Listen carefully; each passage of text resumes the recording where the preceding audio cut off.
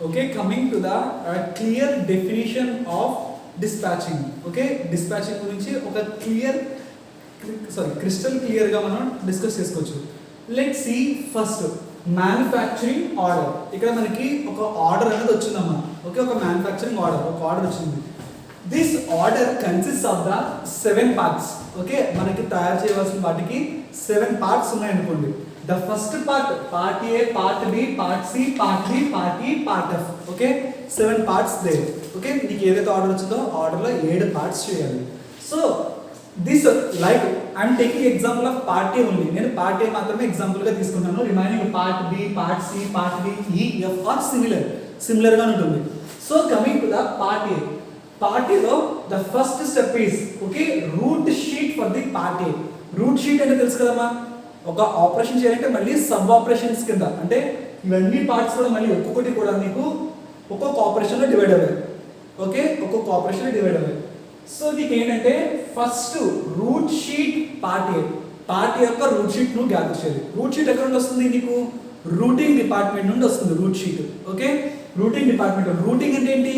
The machines which is arrange in a proper order or sequence order in order to reduce the time. Okay, time తక్కువ consumption అవడానికి ప్రాపర్ ఆర్డర్లో పెట్టేదాన్ని మనం route sheet అని అంటాము. Okay, route sheet for the part ఏ. మనకి route sheet అయిపోయిన తర్వాత రూట్ షీట్ వచ్చిందమ్మా అంటే ఫస్ట్ ఈ ఆపరేషన్ ఈ మిషన్లో జరగాలి, తర్వాత ఈ మిషన్లో చెప్పి we get the route sheet. After getting the route sheet what happen? మీకు డిస్పాచింగ్ డిపార్ట్మెంట్ ఏం చేస్తున్నారని ఫస్ట్ మెటీరియల్ కావాలి దానికి. So it needs the material వచ్చిన తర్వాత operation 1, operation 2, operation 3, operation 4, operation 5 ఇలాంటి ఆపరేషన్స్ అన్ని కూడా ఆపరేషన్స్ అన్ని కూడా చేస్తుంది. సో ఇక్కడ చూడండి, ఫస్ట్ మెటీరియల్ కావాలంటే మీకు ఏం చెప్పాను? If the need material, okay here see stores issue order. ఇక్కడ డిస్పాచింగ్ డిపార్ట్మెంట్ ఏం చేస్తుందంటే స్టోర్ ఉంటుంది కదమ్మా, స్టోర్ ఈజ్ నథింగ్ బట్ ఇన్వెంటరీకి ఏం చేస్తుంది? ఇష్యూ ఆర్డర్, ఇష్యూ చేయండి అని చెప్పి ఒక ఆర్డర్ వస్తుంది. ఓకే, ఆ లెటర్ ఎవరికి వెళ్తుంది?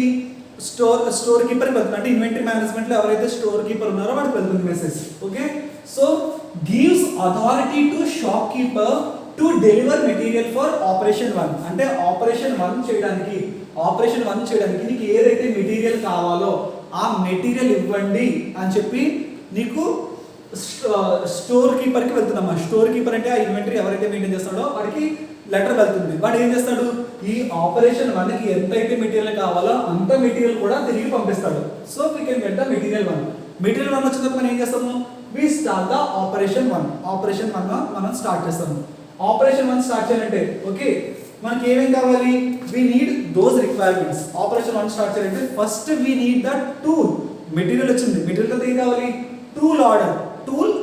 టూల్ అంటే ఏంటి? పనిమట్లు కావాలని చెప్పి ఆర్డర్ పెట్టుకుంటాం మనం. సో మనం పనిమట్లు కూడా కావాలి. సో పనిమట్లు కావాలంటే మనం ఏం చేయాలి? Advisers tool room to collect the tool for operation 1 ready for use. ఇక్కడ మనం ఒక మెటీరియల్ ఒక ఇన్వెంటరీకి మనం లెటర్ ఎలా పెట్టామో సేమ్ డిస్పాచింగ్ వాళ్ళు ఏం చేస్తారంటే మాకు ఒక ఆర్డర్ వచ్చింది, ఆర్డర్లో నేను పార్ట్ ఏ చేస్తాను, పార్ట్ ఏలో ఫస్ట్ ఆపరేషన్ చేయాలి, ఫస్ట్ ఆపరేషన్కి నాకు పలానా టూల్స్ అవసరం. ఓకే, ఈ టూల్ అవసరం, ఈ పలానా పనిముట్లు కావాలి.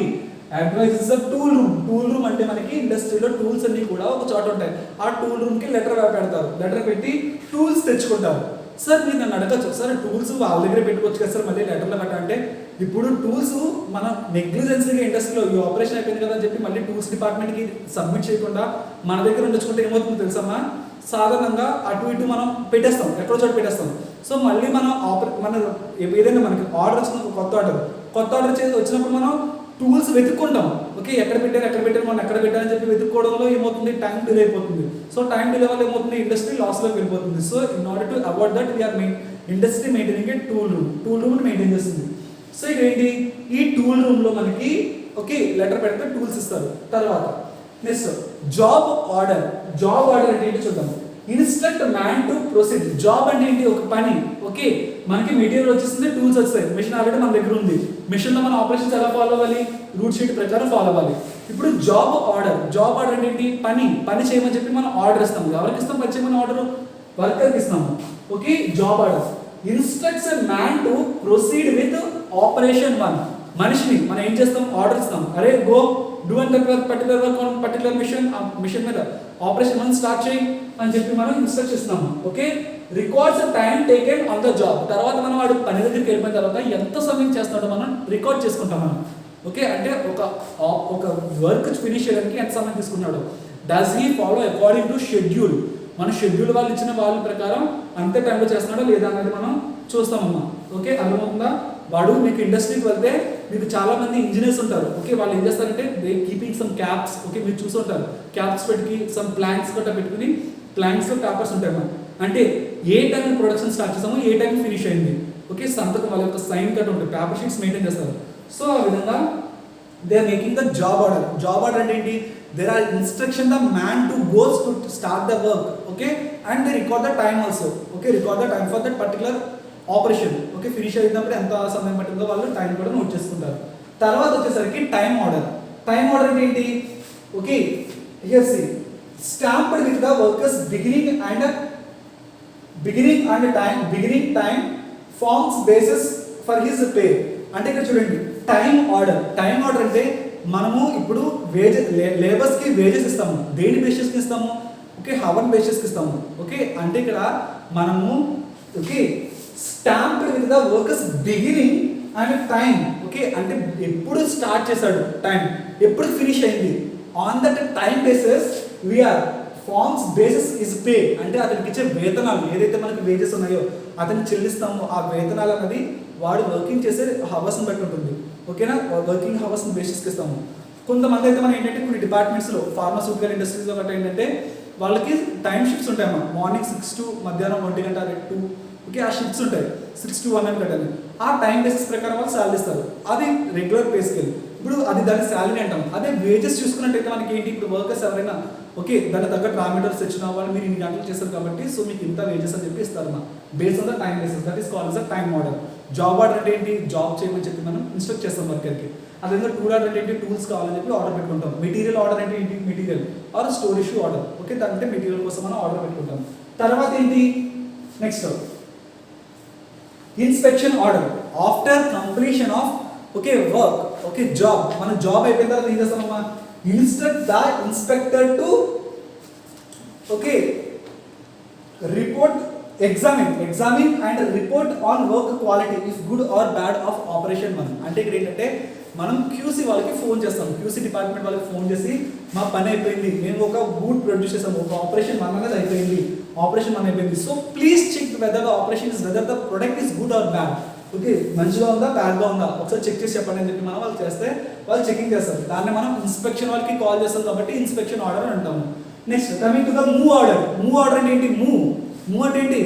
తీసుకుపోండి, ఎక్కడ తీసుకుపోండి. Okay, inspect the move man to collect the work from the operation 1 and deliver to the operation 2. ఇక్కడ నుండి వెంటనే తీసుకెళ్ళిపోయి ఎక్కడ పెట్టుకెళ్ళమని అంటాం? ఆపరేషన్ 2 తీసుకెళ్ళిపోండి. Move order. So these are the necessary steps will be taken by the dispatching department. ఇవన్నీ steps కూడా చాలా జాగ్రత్తగా కేర్ఫుల్గా అబ్జర్వ్ చేస్తుంది. తర్వాత మళ్ళీ ఎన్ని కూడా ఎక్కడికి వెళ్ళాయమ్మా? ఇవన్నీ ఎక్కడికి వెళ్ళాయి? ఆపరేషన్ 2కి వెళ్ళాయి. ఆపరేషన్ 2లో మళ్ళీ ఒకవేళ టూల్స్ ఏమైనా కావాలా? మళ్ళీ జాబ్ ఆర్డర్, మళ్ళీ ఎన్ని కంటిన్యూ.